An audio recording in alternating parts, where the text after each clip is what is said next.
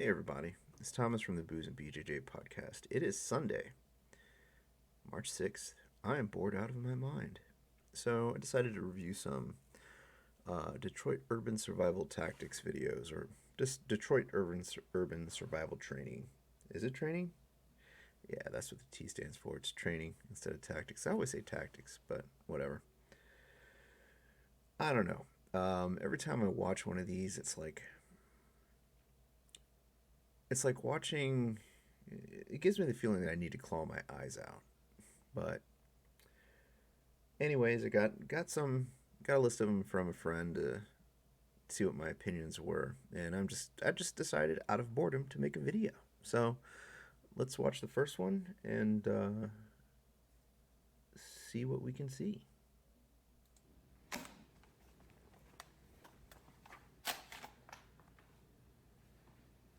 Detroit Survival Training. Right now we're going to I already have a few things to say, but with that opening demo, but let's just continue for a bit. share with you how you can defend yourself against a shotgun in close quarters.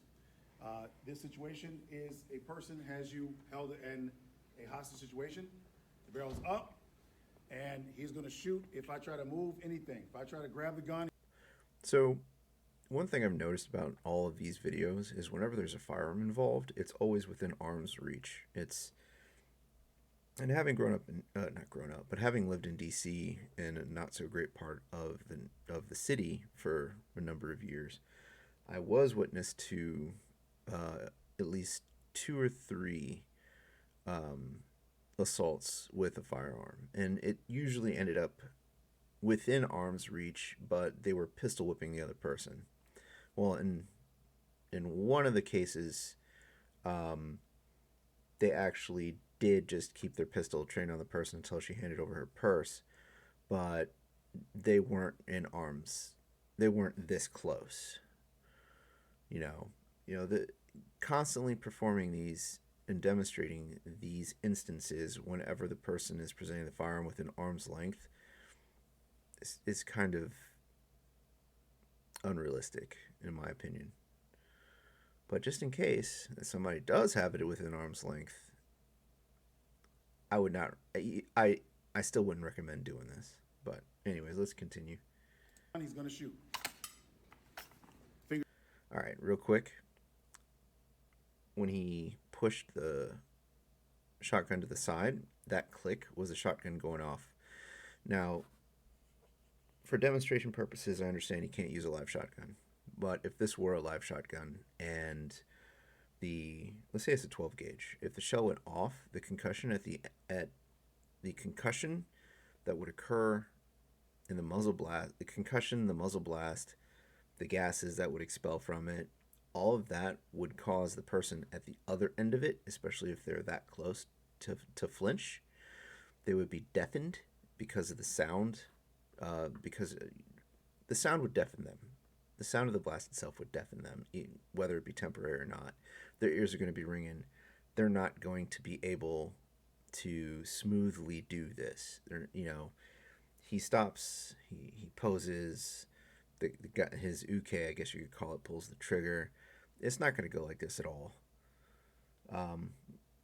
Let's continue. Fingers are now in the eyes. We put our hand right here to the grip, and you control the muzzle by pushing it downward and bringing it back up. The dude effectively just let go of the shotgun. Like, you look at his hand. While he was doing the demonstration, he let go, and his hand is still there. If for some reason this technique played out to this point, the person who's holding the shotgun isn't just going to let you take it. He's going to fight you. Let's continue. On to the aggressor. If they're still here, then you would stab them forward in the midsection, backing them off the weapon. I mean, yeah, that's kind of practical. And this would increase your survivability because it gives you the weapon and gives you the ability to use the weapon to defend yourself. And if you didn't want to shoot them, you could actually use the weapon to back them off of you. So a couple of caveats. For this to work, there's a number of conditions that would have to be set in place. Otherwise, you're probably just going to get shot. First of all, you need to have some sort of hearing protection on. because being at the business end of a shotgun, especially a 12 gauge, after it fires, that is an extremely loud concussive. It's an extremely loud sound, and it's very concussive. So you're gonna be met with, at minimum, ear ringing. You're gonna flinch. It'll be the same thing as walking into a gun range for the first time, or walking into a gun range after a long while. All those pops are gonna make you flinch. Um, Third of all, um, under perfect circumstances, let's say he had ear pro on, concussion, and the sound didn't affect him as harsh as it would have. As he progressed, he'd have to start performing his technique without the shooter resisting. Now, that's highly unrealistic.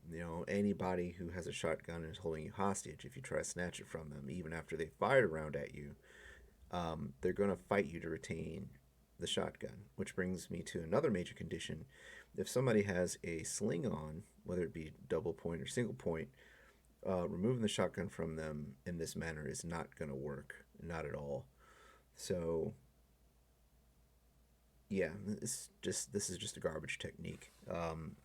The major, all those other assumptions aside, the one major thing that would have to work the one major thing that would have to occur for this technique to go off and save your life without you getting harmed in any manner is that the person holding the shotgun won't try to fight you for it when you try to take it from them. Yeah. Let's see what else it says. Intelligent options increase survivability. I mean, if your Uke is not resisting and using a fake shotgun, yeah, sure. See the next one.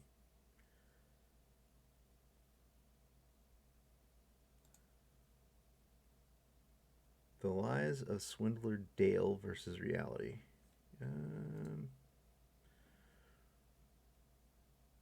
Let's take a look. The same shotgun video, it looks like. Oh no, this is a different one.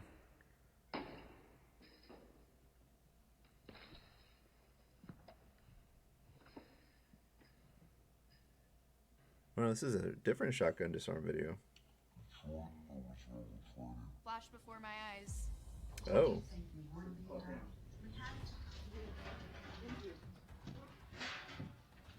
Oh, I get it. Caspian reacts in a flash. All right, so this is live footage of what happens when somebody tried to take a shotgun from somebody who I guess was holding them hostage or trying to rob them. Exactly what I said would happen. The criminal holding the shotgun fought them back. Fought back, trying to retain it. Grabbing the shotgun barrel. Instinct kicked in, and I wasn't letting go of that shotgun. I actually yelled for the room. Oh, damn, he got dragged down steps. Caspian is actually being dragged down the stairs, still holding that death grip on the shotgun barrel. All right.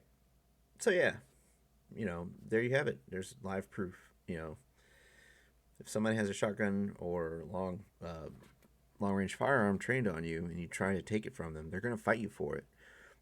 Had that style of shotgun that guy had in that live video footage, didn't have a stock.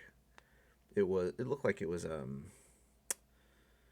I forget what they're called, but they don't have a stock. Effectively, like, I guess you could say, a pistol version of a shotgun.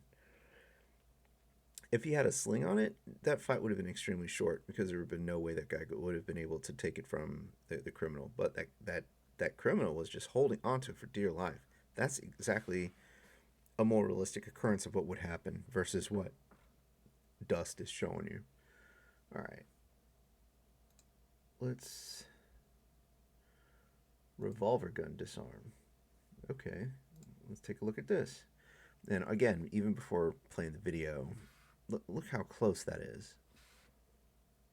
If you have a firearm and it's a ranged weapon, no matter which one you have. Like, you don't, standing that close to somebody with a gun is, that's unrealistic. Especially within arm's reach. Share with you an option to disarm a firearm in the event that someone has a violent intent. But again, if they're just going to rob you, simply give them what they ask for. But if you believe they're going to shoot you anyway, if you believe that your family's in danger and that there's no way that you can trust this gunman, then here's an intelligent option.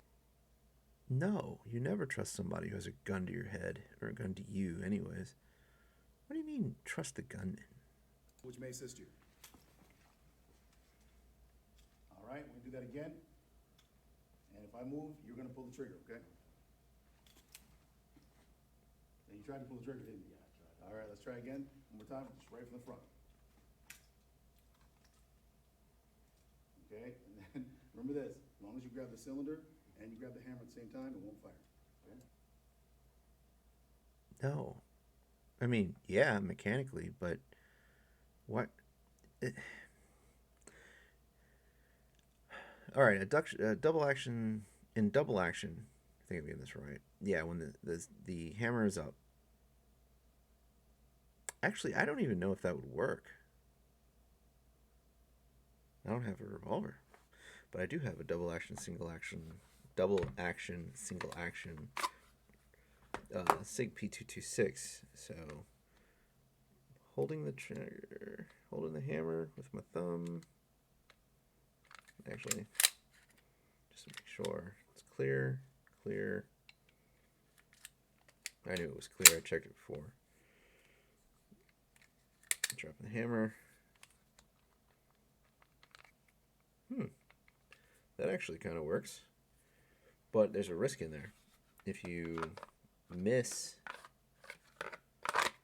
the hammer and they manage to fire the revolver, the gases expel outwards from the cylinder, so you're going to injure your hand.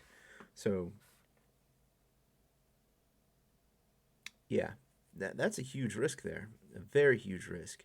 If you go for the hammer and you miss and they fire the revolver, the expelled gases from the cylinder could severely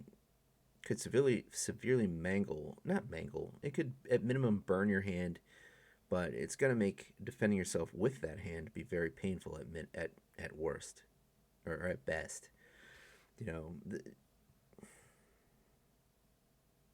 this stuff only works under extremely ideal conditions. You know, this guy's just standing there with a pistol at him, aimed at his head, under conditions ideal for the guy doing the demonstration. You know, realistically, somebody's going to stand further back. You know, I've seen robberies in D.C. where, or footage of robberies in D.C. where people hold the pistol out down to their side. Like, these techniques wouldn't work. That would be a different. Of course, it's a different scenario, but. You know, this would only, like I said, I'm going to keep harping on this. This only works under ideal conditions, and life is never ideal. That's very dumb with a revolver. You know, if he does manage to fire a round off, the expelled gases from around the cylinder are going to mangle your palm, mangle your fingers. I'm saying mangle, but I really mean injure. All right, so saying in front of you, you go here, look at that. By the time your brain saw it, it's too late. Yes, too late. Okay. Intelligent options increase survivability. It's still stupid. All right, let's see what the next one is. Thug Gun Disarm? Let's see about this one. Detroit Urban Survival Training. Right now, we're going to share with you an intelligent option that can help you survive in a case where you believe a violent criminal might decide to kill you. If you believe... Going back to the previous video, when he grabs the revolver from the guy, he's gonna fight. There's no resistance. You know, I just thought about this. Like, the person holding the pistol, you know, they're not gonna let you just take it. They're gonna fight you. They're gonna pull it back. They're gonna punch you. They're gonna do stuff to you so that you can't take the pistol from them. You know, I have a feeling that it's probably gonna be the same thing here. Believe that complying will be fine and you'll survive, then just go ahead and comply with them. In this case, here, first step is you freeze the finger in the trigger well. By doing that, it stops from firing. If the finger's on the frame, when you go here, it's going to stop from firing. That's 1. 2, pull. But he could do that fine. But he could easily just pull the firearm away. You know, you're not really holding on to much from that angle. You know, you could actually hurt your finger by putting it into the trigger well like that if he just pulls it back. The wrist in, which creates a lock. Right now we have a lock and the weapon is transferred to this hand, and you shouldn't shoot unless you believe this person is That only works, again, under ideal conditions and if the person with the firearm pointed at you is not resisting. still an aggressor, still an attacker with other weapons or with multiple assailants that are attacking you. That might be a legal problem if you decide to shoot someone who's no longer armed. So remember to call 911 immediately, and remember, these intelligent options increase survivability. And that's the best advice he's given these whole videos. Yeah, just folks, don't do any of this stuff. Like, use it as theater, but it's just theater. It's bullshito. Like, the stuff that this guy does only works if the person who's armed does not resist. It only works if the person who's armed doesn't, know what the hell they're doing. Like, they're all positioned to aim the firearm at him within arm's reach. Like, this is nonsense. Don't do this. Don't watch this guy's videos. Yeah, save yourself the time. Anyways, I'm leaving now. Bye.